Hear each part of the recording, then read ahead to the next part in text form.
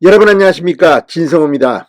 윤석열 대통령이 민노총, 한노총, 노조의 이 회계 투명성 위반과 관련해서 사실상 전쟁을 선포했습니다.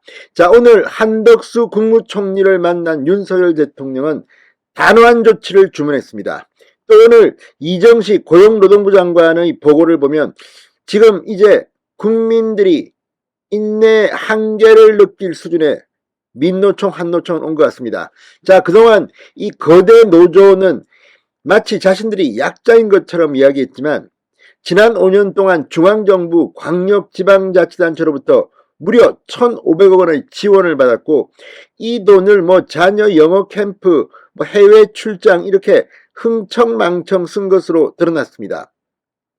그러면서 회계 자료 공개를 거부하고 있는 이들에 대해서 이제 윤석열 대통령이 칼을 뽑아들었습니다. 중요한 것은 지금 윤 대통령이 이렇게 국민을 위한 이 실무적인 일에 올인하고 있다는 겁니다.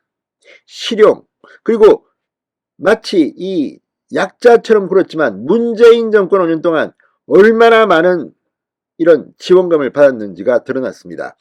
자, 권성동 의원이 공개한 자료에 따르면 정말 깜짝 놀랄 만합니다. 이렇게 지원을 받고도 내용도 공개하지 않는다는 게 말이 됩니까? 물론 일부 내용은 지금 공개되고 있습니다만 앞으로 윤석열 대통령은 이렇게 회계 정보를 공개하지 않는 데 대해서는 단호한 태도를 취할 것이고, 고용노동부는 앞으로 이들에게 최후 통첩을 하면서 국민 눈높이에 따라 움직이라고 이 최고의 강경책을 쓸 것으로 보입니다. 자, 어쨌든 윤 대통령이 지금 지지율이 오늘 리얼미터에서 또 40%를 돌파했습니다만 윤 대통령이 취임 이후 지지율이 좀 낮았는데 본격적으로 윤석열 대통령의 지지율이 올라간 것은 바로 화물연대의 파업에 대해서 단호한 리더십을 보여주면서였습니다. 지금 윤 대통령은 여의도의 그런 정치는 이제 무시합니다. 오직 국민을 보고 가겠다. 자, 그동안 민노총, 특히 문재인 정권 때 정말 재미 많이 봤다는 것이 지금 자료를 통해서 드러나고 있습니다.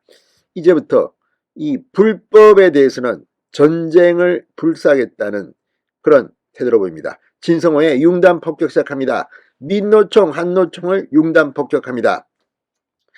윤 대통령이 방금 전 노동조합 회계 투명성과 관련해 국민의 혈세인 수천억 원의 정부 지원금을 사용하면서 법치를 부정하고 사용 내역 공개를 거부하는 행위에 대해서는 단호한 조치를 할 수밖에 없다고 말했습니다.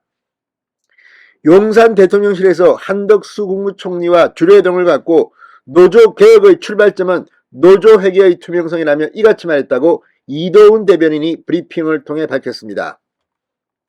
이정식 고용노동부 장관도 오늘 윤 대통령에게 노조 회계 장부 공개와 관련한 긴급 브리핑을 했습니다.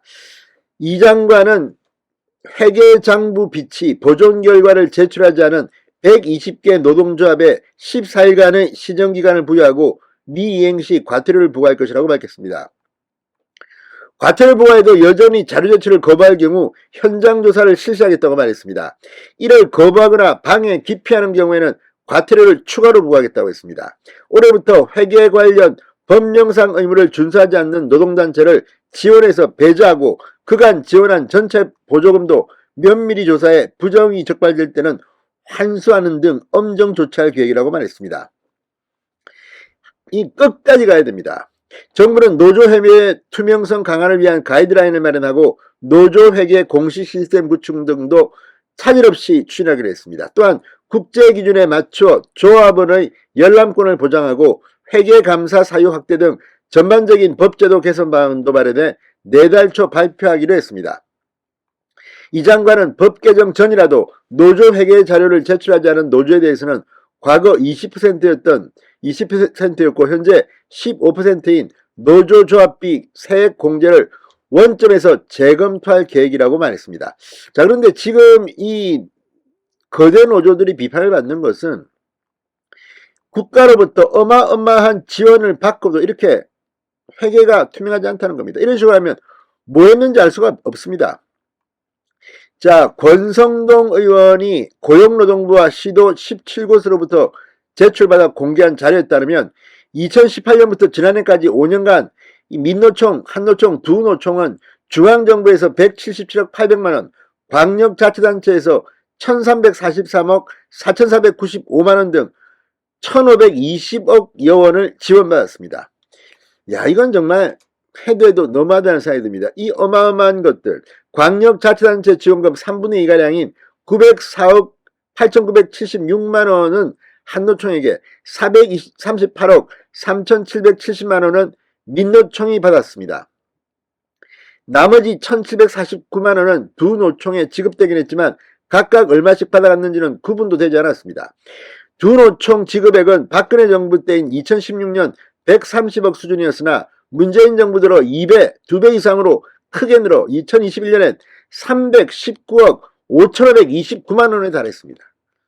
기가 막힌 일입니다. 기가 막힌 일. 자, 아무튼 이렇게 엄청난 돈을 받아 가놓고 이걸 갖다가 지금 회계를 불투명하게 했다.